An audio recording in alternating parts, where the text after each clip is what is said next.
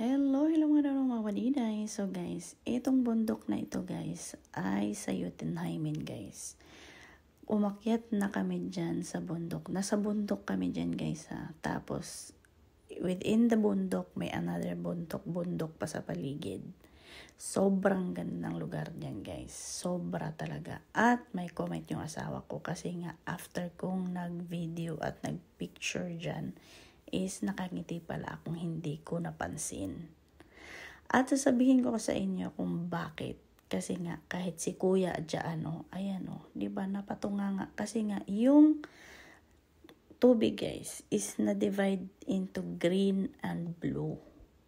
Tapos guys, sobrang ganda niya talaga. Summer yan guys Midsummer. Ayan guys, sinong hindi mapangiti dyan guys, diba? Kahit na si kuyang nagnilay-nilay kanina lang, ayan, napatayo siya at nagkuha na din ng video.